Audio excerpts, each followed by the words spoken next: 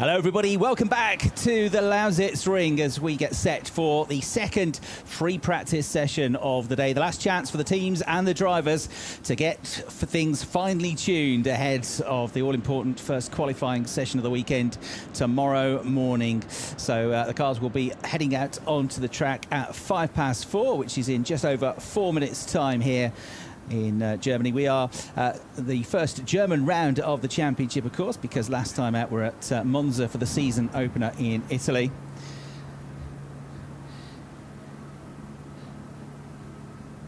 And there you can see that fundraising is happening now, the front of Arjun Mainy's car, for the disaster that's happened over in the Eifel in Germany, the Eifel region, which is in and around the Nürburgring, of course. And lots of the drivers and teams have been raising money for all the unfortunate people that have lost their homes, lost their businesses, and tragically in some cases lost their friends and family to the enormous floods that have happened in Germany over the last week or so.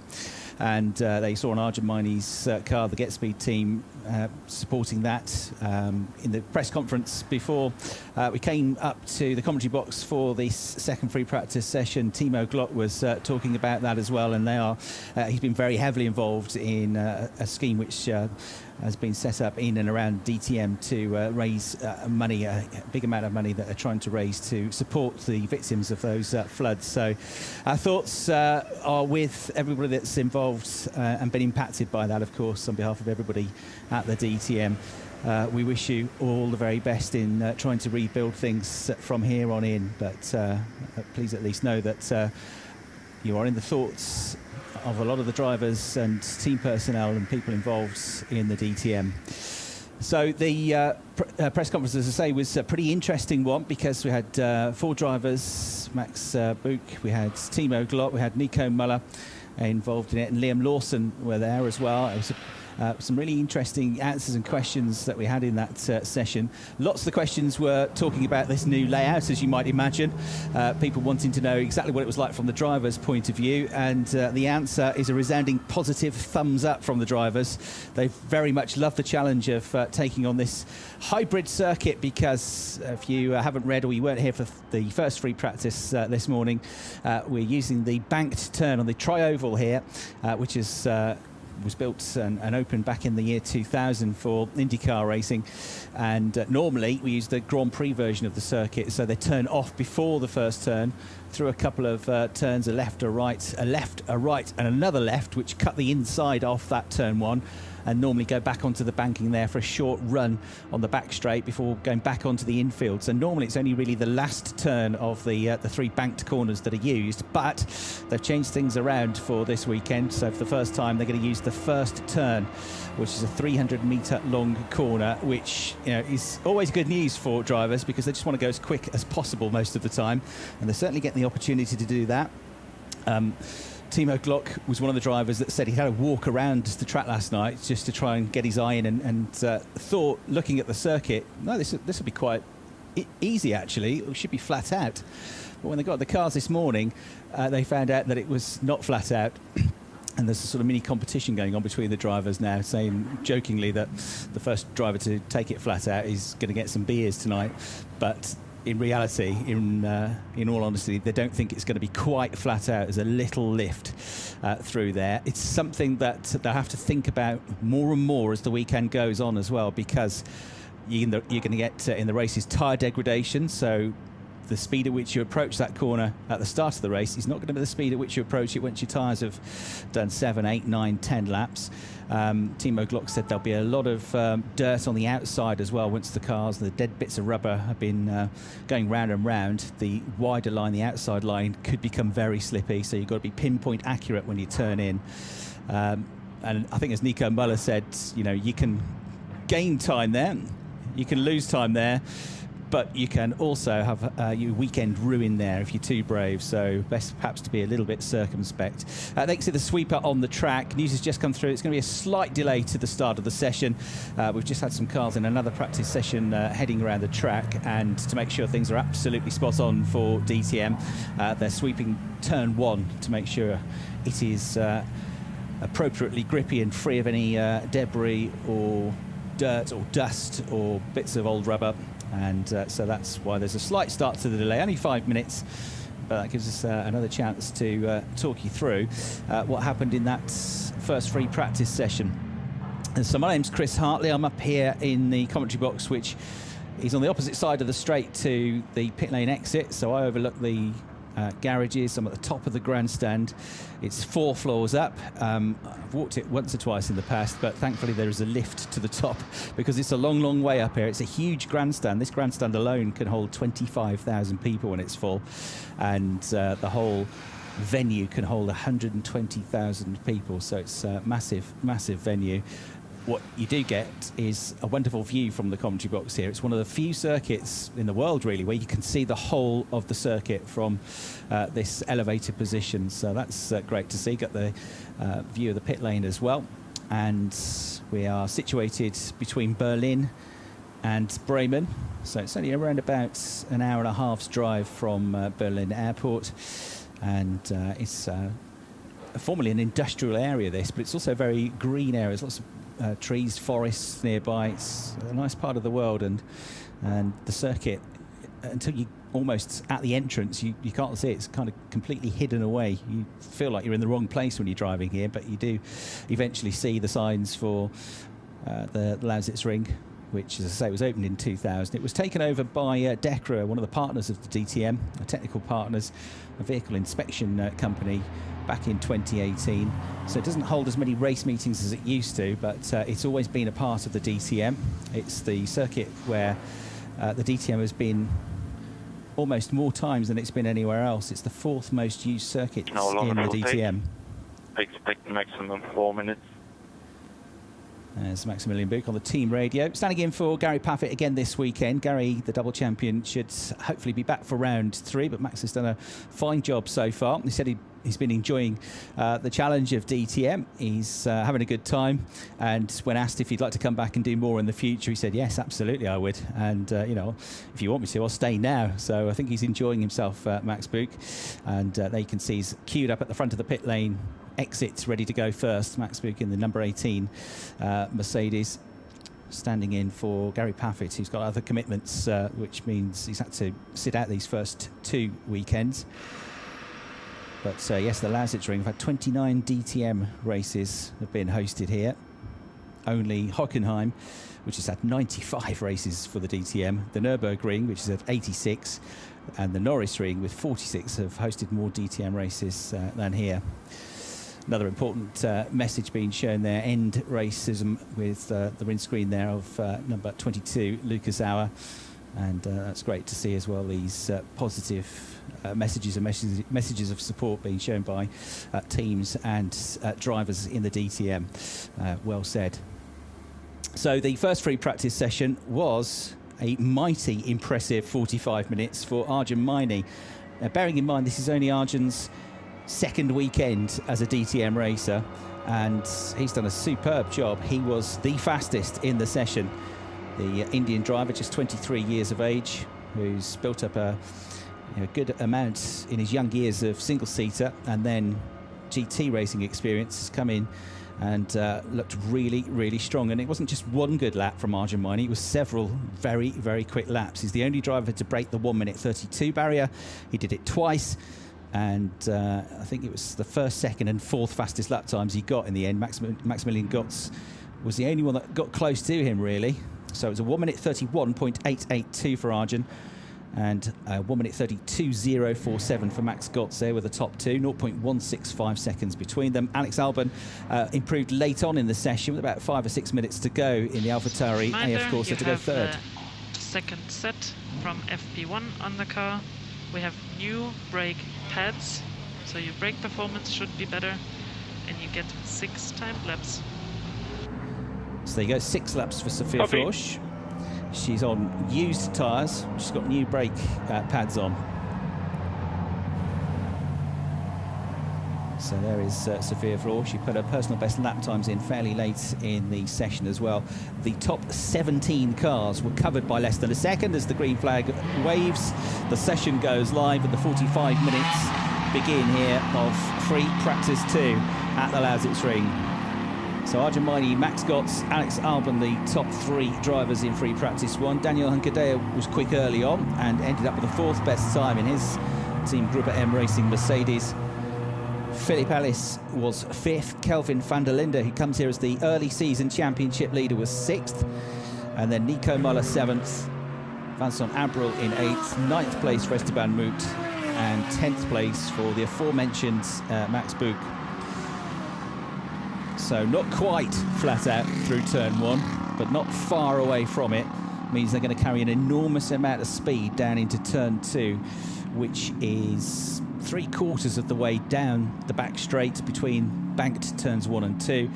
That means they're carrying a huge amount of speed into that corner. It's heavy braking. I suspect that's where a lot of the overtaking is going to be happening when we get to the races. From there, they turn through this infield section. I did ask in the press conference, Nico Muller, how the cars were handling in the infield, because there's a compromise with the setup here, because you've got so much of the lap is flat out, and you need low downforce, and you need the car to be quick through the air, quick in a straight line. Keep the engine and revs up, drop and go. And we do that again after that. So you run less rear wing, the car is slicker in a straight line, but not necessarily as grippy in the bends, and therefore compromising the setup for the infield section, which is all twists and turns, a couple of short link straights, a couple of wide hairpins. I said, is the car compromised through there? And Nico said, not really, no, it's okay, because there are no real medium or high-speed corners in that infield section. So the car is not skipping around, dancing around, because it hasn't got enough rear wing on. He said, naturally, the setup of the car is not that different to the downforce that we ran at Monza, another high-speed circuit. So he felt the car was handling fine. He said, we've gone definitely the route in terms of setup of setting the car up to be quick in a straight line, and we'll find out tomorrow if that's been the right way to go, but I suspect it's got to be the way to go. Corner. Okay, copy, so box. Team radio from Vincent Abril in the number 5 HRT Mercedes AMG, who got pole position in the first qualifying session of the season at Monza. News coming through recently that the team boss, Hubert Hout, the team boss of HRT, who is a racing driver himself, is going to be coming back into the DTM at the Nürburgring. He'll be 52 years old. He used to race in the DTM back in the early 1990s, 1991 and 1992. He was a factory driver for Audi, racing with the great Hans-Joachim Stuck at Schmidt Motorsport, and was a podium finisher. His podium coming at the now defunct Ava circuit in Berlin. It's a street-based or a public road-based circuit that's no longer used. Then he came back about 10 years later into DTM for another crack at it with Opel. That was in 2001, partnering the former British touring car champion Alain Menu, the French driver. And so he will be, if he makes that start at the Nürburgring, the first driver to contest all 3 eras of DTM racing. So he's going to be driving a third car. It's not replacing Max Gotts or Vincent Abril. It'll be a third car that HRT will run. Playboy backing on the car. And we'll see how he gets on. He's still been racing on a fairly regular basis. It's not like he's sat out of the car for a long time. He's still a regular and has already had 2 races this year, including the Nürburgring 24-hour and the Dubai 24-hour race as well. So it'll be interesting to see how Hubert gets on when he comes back into the DTM. So in terms of times that we're looking for, if they are going for single lap pace, and that won't be the case for a lot of the session, but single lap pace, 131.882 is the best time. If you get into the 132.2s or 132.3s, that's a pretty good lap time as well. But they will also be trying to see how the cars handle on longer runs in this free practice session, so it won't all be about going for qualifying type runs. It'll be about setting the cars up, understanding how the tyres react, understanding some of the tyre degradation as well on a longer run, because it's the races where, of course, all the big points are going to be picked up. So those are the sorts of times to look for. In terms of top speeds, the top speed that we had in the first free practice session, not that these always mean that much, because it's quite often the driver that's quickest doesn't have the highest top speed, But for what it's worth, Timo Glock, who struggled with a technical problem in the session, he wouldn't reveal what it was, but he only did, I think it was 9 laps in the end. He actually got the highest top speed of just under 270 kilometres an hour, which is around about 167 miles an hour. That was coming out of turn 1 down towards turn 2. See how close they get to the wall as you ride on board with Sheldon Van Der Linde as they turn off the banking just to cut the line. It's a little drop downhill as well. Incidentally, that first turn, it's not that banked, it's just under 6 degrees. If it was more steeply banked, I think they'd be able to take it flat out, but it's not that steeper banking through that turn. And there is Arjun Maini, who very much laid down the gauntlet with those very quick lap times earlier on. He looked very stable. This is the rear-facing camera from Arjun's Mercedes, and some buffering was taking part on that rear wing when he went through turn 1 earlier on in free practice 1. Really was shaking around, but the car looks really, really stable, and Arjun looked committed, but always completely under control. It was a fine performance, and one that he'll be looking to carry through the weekend. So exciting young driver to have in the championship, the first Indian driver to take part in the DTM, and well, it'll be a great success story for him if he can become the first Indian driver to get on the podium and get a race win at some point during the course of this season. Certainly looking good so far this weekend. There's Sheldon Van Der Linde, who was the first ever South African to win a DTM race at Lawson last year. And Sheldon had a pretty good top speed. It was the 2 Rover Racing BMWs that were the top 2 in a straight line. 269.7k for Timo Glock, 269.1k for Sheldon Van Der Linde. But in terms of the overall times, Sheldon was a little bit further down than he would have liked. 11th quickest in that first session. Not a million miles away in terms of pace though, with a 1 minute 32.6. There's Dalian Goddard, who's back into the DTM this year. The Spaniard, the man from Barcelona. He had contact in one of the races at Monza with Nico Muller, picked up a penalty as a result of that. But looks quick all the way through the weekend. 6th place finish in the end in the first race of the season. Didn't get into the points in race 2. So he's on 10 points coming into this second weekend of the championship, is Dalian Goddard. But cast your mind back to when he was racing single-seaters before he came into DTM. Nearly 10 years ago now, when he was racing in the F3 Euro Series, was a champion in that and the European Formula 3 Championship. He was a Macau GP winner, one of the biggest international motor races going.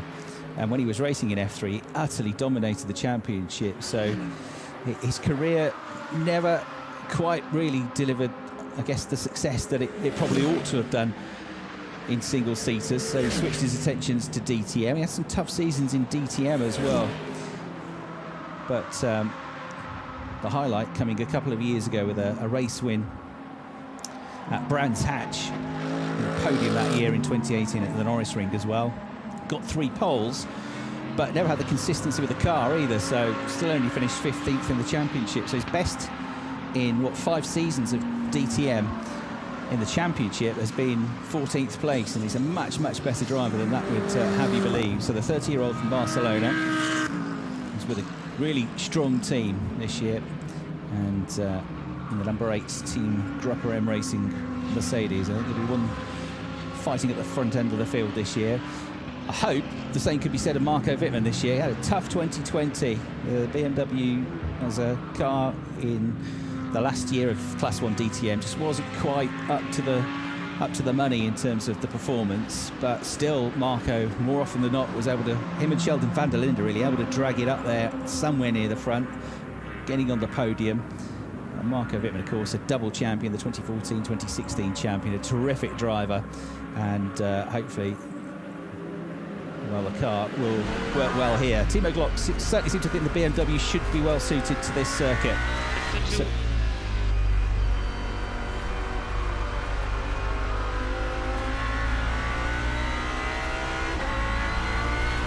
concentration on the eyes of Esme Hawkey and her second weekend of the DTM. currently 14th quickest at the moment. Sheldon Van Der Linde has posted a 1:31.221 as the fastest lap time. So the track is much quicker than it was in that first free practice session. That's 6/10 quicker than Arjun Maini went. We've had a 1:31.7 for Mike Rockenfeller and a 1:31.959 for Daniel Goddard. So already 3 drivers that have broken the 1 minute 32 second barrier. There's Arjun Maini, who's the only driver to beat that 1:32 time in the first free practice session. Arjun hasn't yet put in a flying lap, but it looks like he is about to start one in the Team Get Speed Mercedes AMG as he charges underneath the commentary box over the start-finish line, and it should just be a slight lift on the way into this first corner. Sparks flying. It's pretty bumpy through there as well, the drivers were saying. So we heard from some of the onboard camera shots, the car bottoming out as it came through there, up to a top speed of just under 270 kilometres an hour. And finally, you hit the brakes with a couple of 100 metres to go. You turn off the oval banking, the tri-oval banking, go left through turn 2, right through turn 3. And then that leads you straight into this sweeping left-hander at turn 4. It's a relatively long straight now before you're hard on the brakes again into the right-hand sweeping turn, almost hairpin shaped, of turn 5. And through there you go. In terms of sector times on the lap as well, just to let you know, the first sector of the lap, the lap is split into 3. So the first sector, in terms of time, is the shortest. So that takes you from the start-finish line down towards just about the braking zone for turn 2. So that's only about 19.5 seconds was the quickest first sector time we had. Sector 2 then takes you through turns 2, 3, 4 and 5, and then before you get to turn 6, that's the end of sector 2, and sector 3 takes in the left-hander at turn 6, the right-hand kink at 7, and then the right-left at turn 8 and turn 9 before you come back out onto the banking at turn 10. So sector 1 is the shorter of the sectors at 19.5, 20 seconds. Sector 2, then you're looking at around about 37, 38, well, 38 seconds. And sector 3 is pretty similar. So 1:31.221 for Sheldon Van Der Linde with a fine effort there. BMW 4/10 quicker than Arjun Maini, who's at it again. He did a 1:31.632 on his first attempt, and that's only a 100th of a second quicker than Mike Rockenfeller, who's 3rd. So you've got BMW from Mercedes, from Audi, 3 different types of car up there. And looking at Liam Lawson now, who doesn't seem overly concerned, Liam Lawson, with 15th place. Alex Albon was quicker in the first free practice session, 3rd quickest for him. But they're not up there at the moment. Marco Whitman is 4th, so another BMW going well. Hunkedair 5th, Moot in 6th, got 7th, Abril 8th, Book in 9th, and Nico Muller in 10th place. Lucas Auer in the pits, and he hasn't done much in terms of running yet. Hasn't really had a proper flying lap yet. He's been out on the circuit but not completed a lap. Same is true of Kelvin van der Linde. As we watch Alex Albon now charging through over the start-finish line. And he was personal best in the first sector. Lap time last time around was a 1:34.0, so it fell away a little bit. His best at the moment in this session is a 1:32.874. And it was an okay first sector, 20.028. It's half a second slower than the best first sector time that we've seen.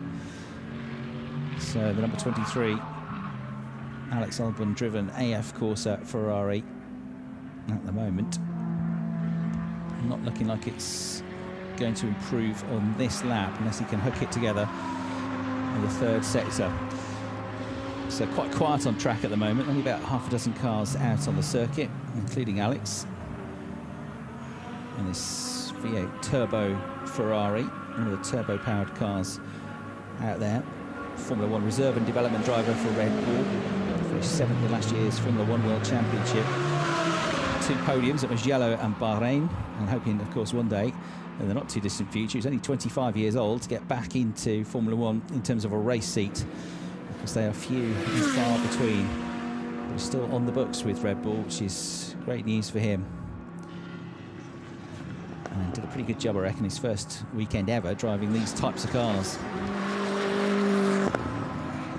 So most of the top 10 are in the pits at the moment. Arjun Mainy's still out on track. His last lap time was a 1:32.061, which is good. A message on screen from race control asking Team HRT to check their radio communications. So all sorts of things being tested behind the scenes as well. It's hotter air temperature than it was for that first free practice, 26 degrees. So it's a degree or so hotter. I haven't got a figure for the track temperature, but I suspect that's crept up as well. So they were looking at number 11, Marco Whitman, currently going well in this session, 4th quickest. The top 3 are all in the pits now, so Whitman is the quickest driver on track.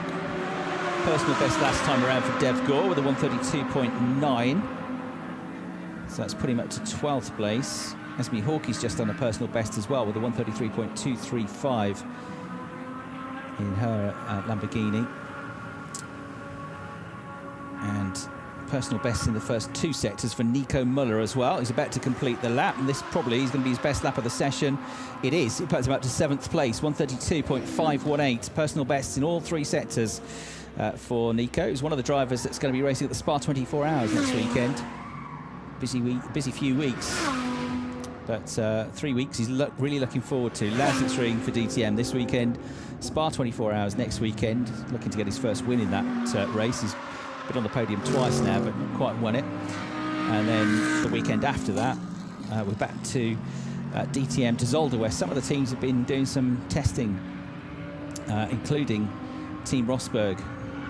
Nico saying it's not his favourite circuit because he's a few bad memories from last year from there, which is really where he's in that double header that we had, 2 back-to-back weekends at Zolder. It's where his championship charge really just fell away a little bit.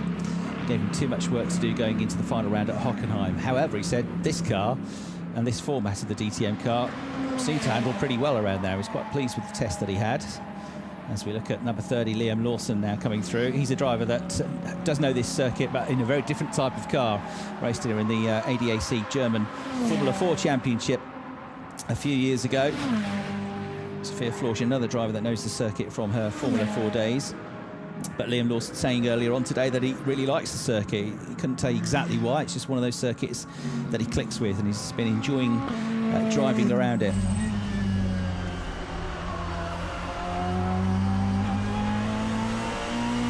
So Liam Lawson, who's currently 8th in the Formula 2 Championship as well, and a race winner in that already.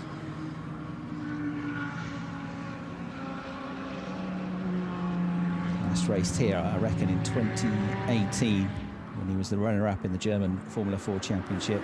Also raced that same season in Asian F3, so he's packed a lot of racing into his young years. Really enjoyed DTM. He's very down to earth with everything as well. He keeps acknowledging the fact that he's very lucky to be where he is. He's not taking things for granted, and yeah, seems to be absolutely no ego whatsoever with Liam Lawson, which is great to see. He's hugely talented, but he's got his feet firmly planted on the ground as well. One of the questions was, you know, what did it feel like to be the youngest ever DTM race winner? And he sort of played it down. He said, well, I'm only the youngest DTM race winner because I'm lucky enough to be here at the age of 19. But there's a reason for that, Liam, and that's because you're a very good driver. So there you see the number 26 Esme Hawkey Lamborghini go through shot, number 23 Ferrari of Alex Albon, and then the number 10 Lamborghini. It's an Italian supercar parade, this, isn't it, of Esteban Mooks just behind. So those 3 cars together, Lamborghini, Ferrari, Lamborghini. Here is an Audi, it's Nico Muller. Liam Lawson up to 6th place, by the way, with that last lap that we saw. This is another decent lap for Nico Muller. Absolute best in the first sector of 19.9 seconds. Personal best lap time of 1:32.460. So Lawson 6th. Muller stays in 8th place, but he's putting a few quick laps together now. And there you can see just how things are working out in terms of this being very evenly matched between the different types of car that we've got. BMW fastest, Mercedes 2nd, Audi 3rd, then another BMW, another Mercedes, a Ferrari in 6th, a Lamborghini in 7th place. So the top 7, at least one car from each of the different manufacturers now involved in the championship, which is great to see. Remember, the top 3 after each race carry success ballast into the next rounds, the next qualifying session of the championship. So carrying heavier cars with 25, 18 and 15 kilograms respectively are the top 3 from race 2. Sheldon Van Der Linde, Nico Muller and Lucas Auer, who got his first podium of the year in race 2. Right, let's have a look at Alex Albon. How's he getting on? Coming through 13th at the moment, an absolute best in the second sector, and he goes up to second place with an absolute best in sector 3 as well. So Alex Albon with a really good lap time there of 1 minute 31.223 seconds. It's only 0.02 of a second away from Sheldon Van Der Linde's earlier effort. And Alex Albon proving that he has got a good pace here this weekend as well. He's concentrated on some longer runs, but whenever he's gone in and had the opportunity to put a single lap type run in, he's been very, very quick. So Alex, 1:31.223 seconds, his best lap, and he's done a personal best in the first sector as well, 19.7 seconds. Arjun Maidi's last lap was a good one as well. To make the point again that Arjun is able to do lap after lap after lap, very quick lap times. 1:32.039 last time for Arjun. Personal best in the first sector of 19.7 seconds. A couple of cents away from what he did in the first sector in Free Practice 1, but still a good effort. You're riding on board with him now, having been bumped down to 3rd place. Decent first sector again, not his absolute best, but not far away from it. Only a 10th away from the best first sector time that anybody has managed in this first session. Sheldon Van Der Linde, he did a 19.6. Arjun's done a 19.7. Alex Albon did a 19.7 on this lap as well. It's a tiny bit down in the second sector, but I think this is going to be another quick lap from Alex Albon. It might not be quite as good as the last one, but it's going to be another fine effort, this. We'll wait and see. It comes over the line now, and he backed off in the end, actually. The first 2 sectors were good, but he backed off, so 1:35 in the end for him. Arjun Maidy, 38.586 seconds in the mid-section. About half a second down in that second sector for Arjun. There's Lucas Auer then. He hasn't done too much running in this session so far. Sheldon Van Der Linde is the only driver that hasn't set a proper lap time yet in this session. He's only done, well, he's done 2 part laps so far. Lucas Auer with his first effort up to 3rd place, 1:31.487 seconds. So that's quick out of the blocks for Lucas.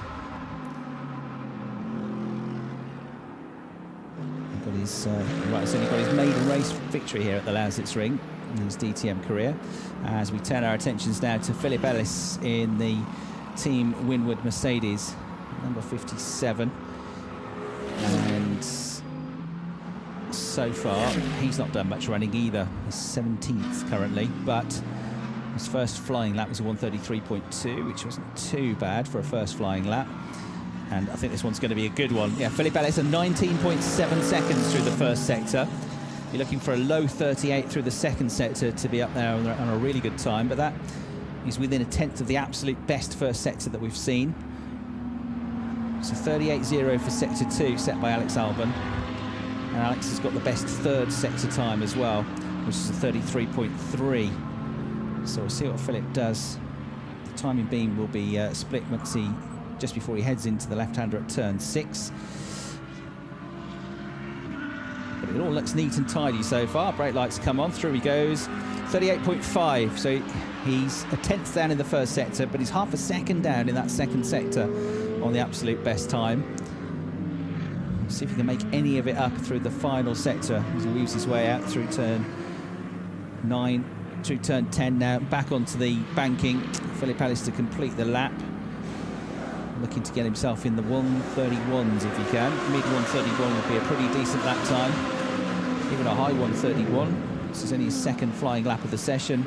Should be a personal best. It is a personal best, and it puts him in 6th place. So Philip Ellis goes 6th, 1:31.654. We've got Arjun Maidy 4th, Mike Rockenfeller 5th, and Philip Ellis 6th, all with very, very similar lap times. 1:31.632, 1:31.642, and 1:31.654. So 22 thousandths of a second splitting those 3 drivers. Arjun-Mainy's gone back out onto the circuit. We've got Whitman, Lawson, Moot, Gotts, Abril and Kelvin Van Der Linde in the pits. Everybody else at the moment is on track. So Sheldon Van Der Linde, that early lap time, 1:31.221 seconds, still the time to beat the quickest time that we've had so far today. Almost matched by Alex Albon, 0.02 of a second apart. And now 0.2 up on Lucas Auer, who's third. He's only had really one flying lap. Arjun-Mainy fourth, continuing his good form from Free Practice 1. And then Mike Rockenfeller and Philip Ellis fifth and sixth positions.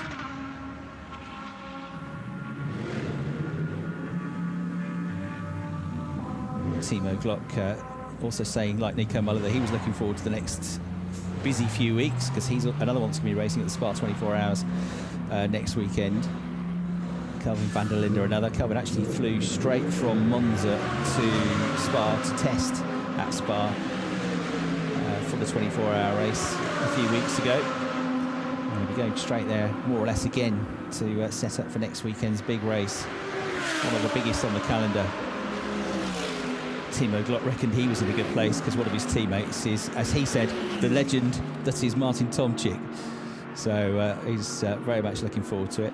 Timo was also talking about the fact that he's a hugely experienced racer and DTM racer, but really in terms of these types of cars, he's a rookie. A lot of drivers out there with far more experience of driving these cars than him. He said it's a challenge. He's learning all the time. He is another one that feels he needs to work on the performance in qualifying, but actually doesn't feel he's too far away. It's going in the right direction, but there's little finite points to tweak and change.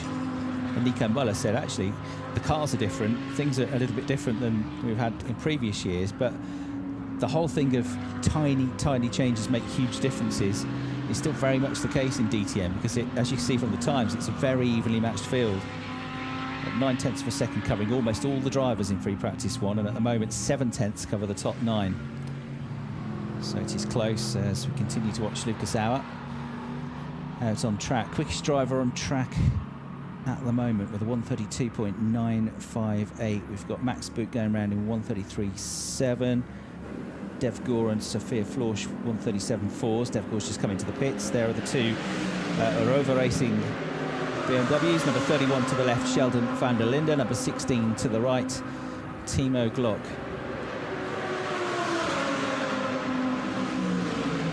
And Timo has a hugely successful career behind him, the 39-year-old.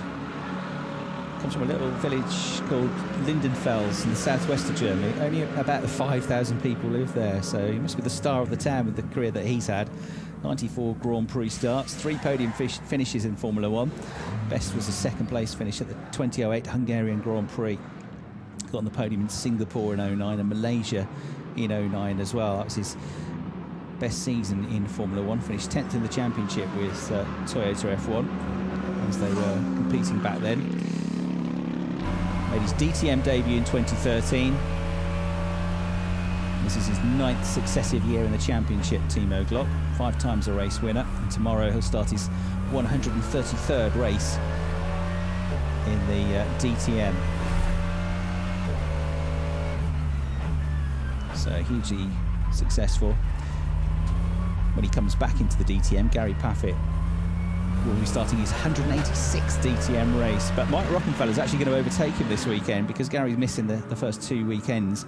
Mike Rockenfeller is going to equal Gary Paffett's race starts record tomorrow, and on Sunday he'll surpass it and move on to 186 starts and up to 8th place in the rankings, which is led by Bernd Schneider at 236 DTM starts, the multiple champion and the driver that still holds the most titles in DTM, 4 DTM titles, plus that one international touring car title that he won in 1995 as well.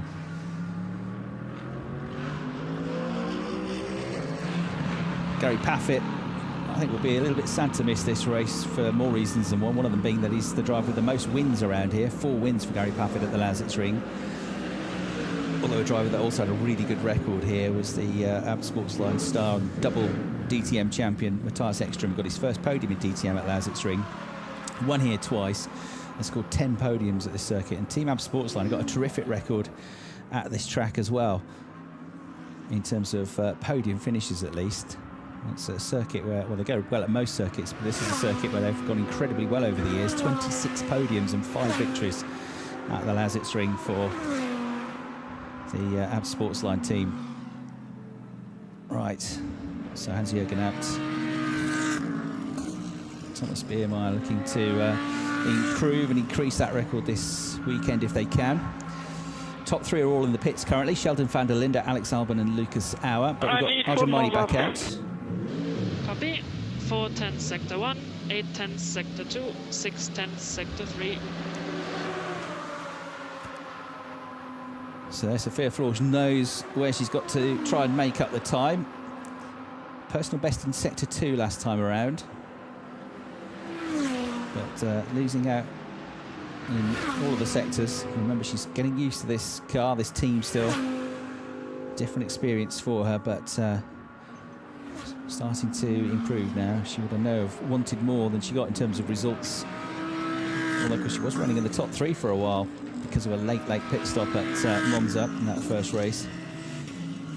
So 20.050 she's just done through the first sector. That's not too bad at all. The very best we've seen is 19.6. So she's 4 tenths down on the best, but she's probably only a couple of tenths down on most people through that first sector. I think it's the middle of the lap where she's losing the most time, the end of the lap in particular, that third sector. Nico Muller still going well, 1 minute 32.081 last time around, so it's a personal best lap in this session.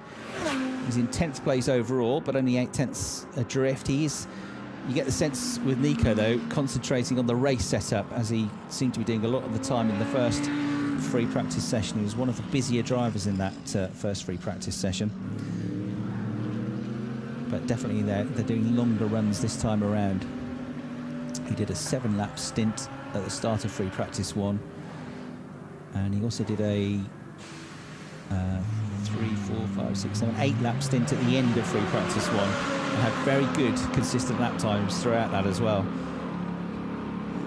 Didn't lose time at all. In fact, his best lap came almost at the end of the session, as Vincent Abril running way too wide there. Not the only one that's done that.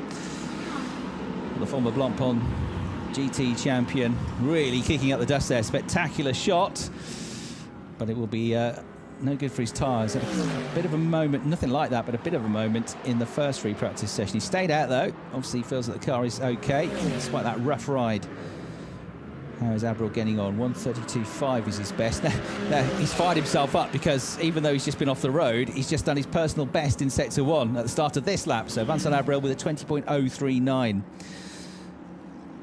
Quickest driver out there at the moment is Max Gotts, who's done a 132.1 just now, put him up to 11th place in the number 4 Team HRT Mercedes.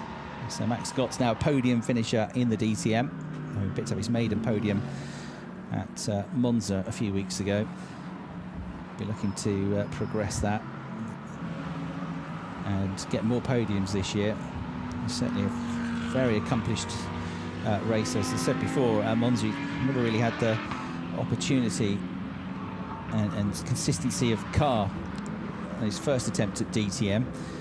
When he came into it a few years ago, he was in the championship first time around in the years 2015 and 2017, but in GT Masters racing he's been a consistent front runner. He's been on the podium of the Nürburgring 24-hour race this year as well, with Daniel Hunkedea and Raffaele Marciello, a former Ferrari Academy driver who raced to high level in Formula 3 and single-seaters and beyond. I think he raced in F3 as well. Former GT Masters champion Max Gotts, so he's definitely going to be one of the drivers featuring up at the sharp end this year. All right, Vincent Abril, we said he'd done his fastest first sector, and his second sector was a personal best, and the third sector was a personal best. So the overall lap, 1 lap after his upsy, is a 131.999. Personal best lap for Vincent. Great recovery, and that puts him into the top 10.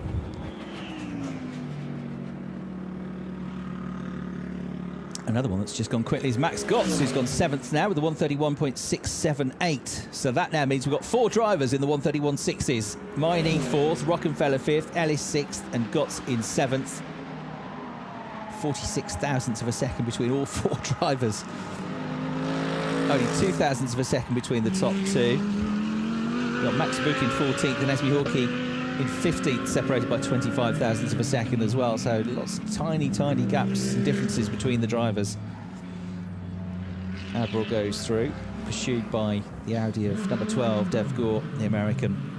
Got just under 10 minutes to go in the session, and Vincent Abril to the eye looks quick again. It's another personal best in sector 2, personal best in sector 1 as well. So overall he's about half a second down on the very best lap time. But if he stays half a second down, he'll improve his time, because at the moment he's nearly 8 tenths down his best. So 11th he was. Does he improve? Yes, he does, up to 8th place. So that's now a 1:31.786 for Vincent Abril. That puts him just over half a second away from the fastest time that we've seen. So he's pushing late on in this session to try and get the setup for qualifying tomorrow morning. We've got the Arjun Miney down in the pits, having the car serviced.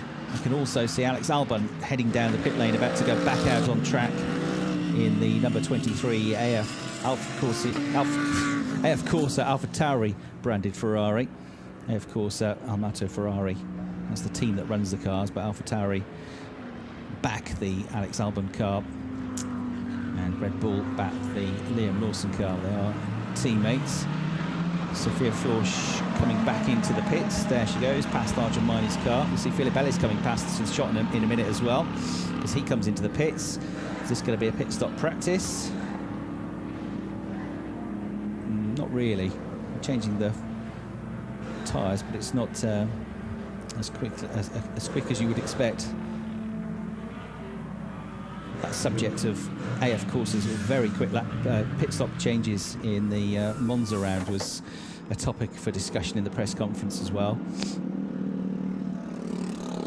Something that not all the teams are going to be able to replicate, not just because they can't. I mean, they will analyse what AF Corsa are doing and try to copy it, but it's not something the rivals can't all do, because the Ferrari comes with a locking ring.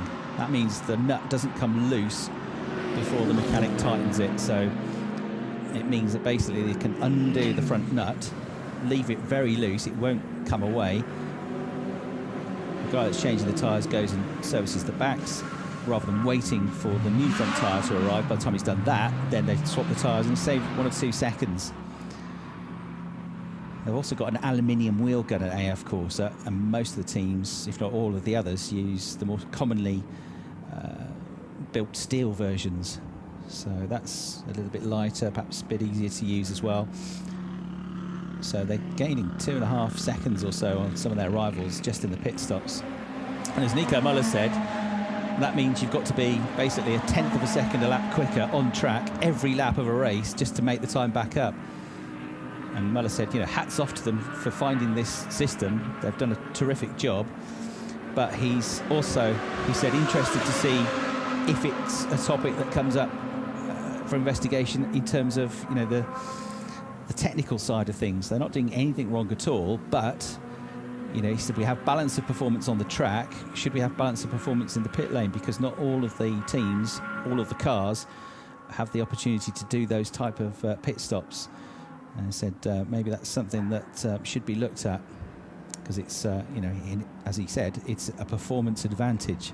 They've done a great job. They're doing everything completely legally, but they have an opportunity to do that with the system they've got, with the car that they've got, and not everybody else, even if they try to replicate it, can do it because of the system of wheel nuts that are used. So certainly a topic of discussion up and down the DTM paddock, as we see Philip Ellis, who's only just had a short run, coming back in. And that's a pretty decent turnaround, so I'll be looking to be up there. As I say, the best pit stop at Monza was the AF Corsa team for Alex Albon, 6.961 seconds. They were never slower than 7.9 seconds, and the next best team were HRT Mercedes, 8.7 seconds. So even the next best team were nearly 2 seconds slower. So they're probably, some of the teams are probably giving 3 seconds away to them. But you know what racing teams are like? They'll learn, they'll observe, and they'll work on it, and they'll close the gap, no doubt.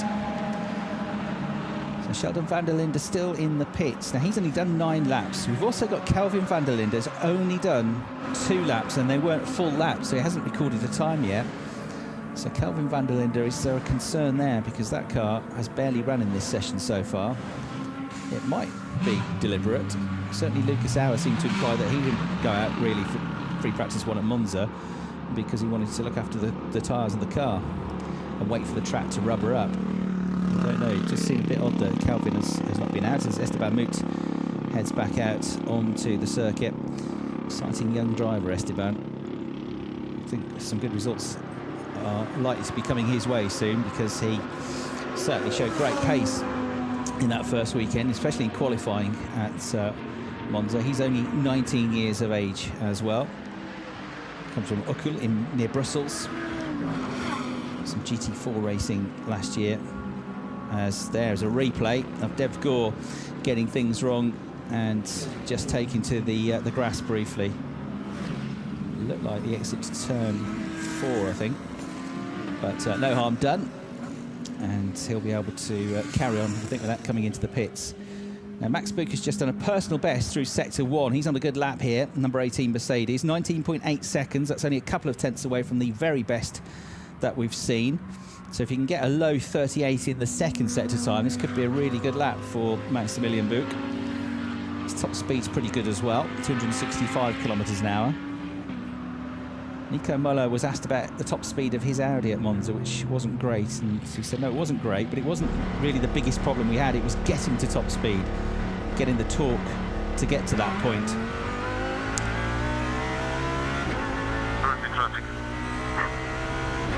There's Miorki revving things up as she heads back out onto the circuit. How's Max Buch getting on?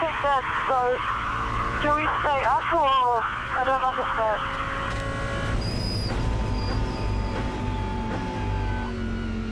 So let's be asking if she should be staying out. There's only 3 minutes of the session to go. Max Buch slowed up in the middle sector. It's a personal best, but he's 8 tenths down in that middle sector. So the lap time, I don't think it's going to be a great one. Dev Gore improved briefly, but has had a lap time cancelled for track limits.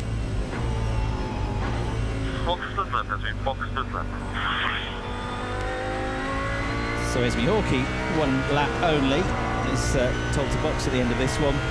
Alex Albon's lost a lap time, cancellation of lap time for turn 2, which I suspect is track limits as well. Esteban Moot's about to head back out.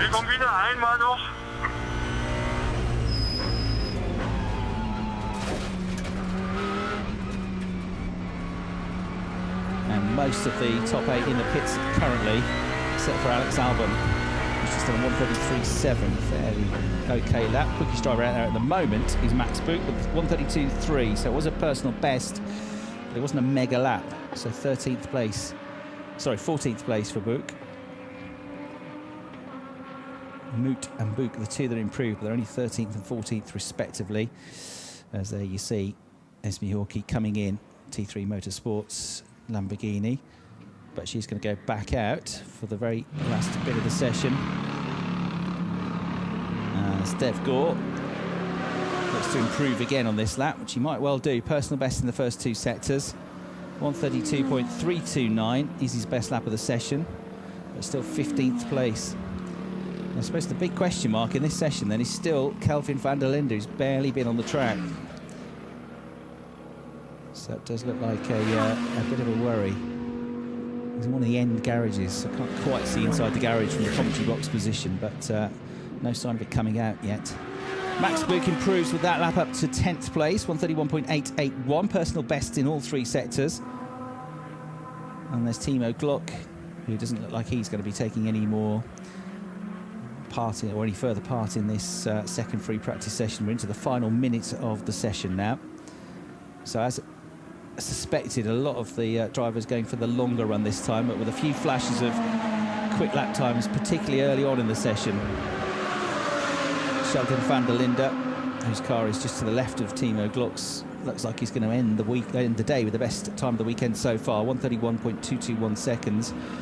But he's only done 9 laps, and that's fairly early on in the session. So another worry about whether that car should have been out on track more. Timo Glock hasn't done an enormous amount of laps either.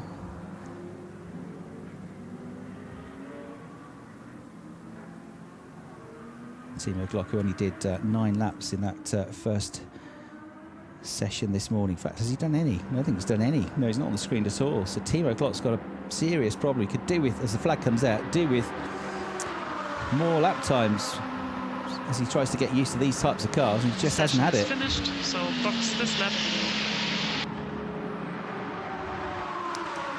So Glock has had, in an hour and a half of running, just 9 laps he's been able to put together, and they were all in free practice 1.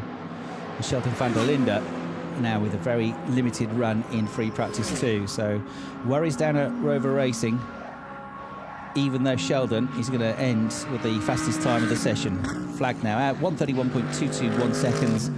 Alex Albon will be pleased with his day's work because he's got plenty of running in, and when he's been required to go quickly on a 1-lap pace, he's been able to do it. Free practice 1, he was in the top 3, second fastest in free practice 2. And Lucas Auer with a good lap time as well, 1:31.487, will end the session third. Arjun Maini, who really did shine in the first free practice session, he's got quicker because the track's got quicker, 1:31.632. He's 0.3 quicker than he was in free practice 1, but this time around he's only 4th because others have improved as well. Mike Rockenfeller 5th, just a fraction behind him. 100th of a second slower than Maini, with Philip Ellis on a very similar lap time in 6th. Max Scott's ditto in 7th. Those 4 all bunched together. Vincent Abril, who had a ragged moment but then came back with his personal best lap time, ends on a 1:31.7 in 8th place. Marco Whitman 1:31.8 in 9th. Max Buch, a late improvement, also 1:31.8 to round out the top 10. And that is it now in terms of setup, because qualifying is the next run they'll get. Just a 20-minute session to come in the morning to determine the grid for the third race of the season. There's confirmation then of the order at the end of this second 45-minute free practice session, and you can see how close it was there between Van der Linde and Albon. Auer in third, Maini 4th, with a great day for him, and then Rockenfeller, Ellis, Gotts, Abril, Wittmann and Buch in the top 10. Hunkerdale only 11th this time. Leon Lawson hasn't lit up the timing screens yet, but I'm sure he'll be there come the race and come qualifying. 12th place for the New Zealander at the end of the session. So no huge dramas. Couple of drivers running wide and pushing the limits as you'd expect. No dramas out on circuit, but it's in the garages where we've had a few problems, it seems, for Timo Glock and potentially for Kelvin van der Linde. Hopefully they'll get the car sorted. We next go in action then tomorrow morning. Qualifying starts at 10:30 tomorrow morning. Qualifying 1 and race 1 coming up tomorrow afternoon. That's it from free practice and from the Lausitzring. From me, Chris Hartley, and the team, goodbye for now.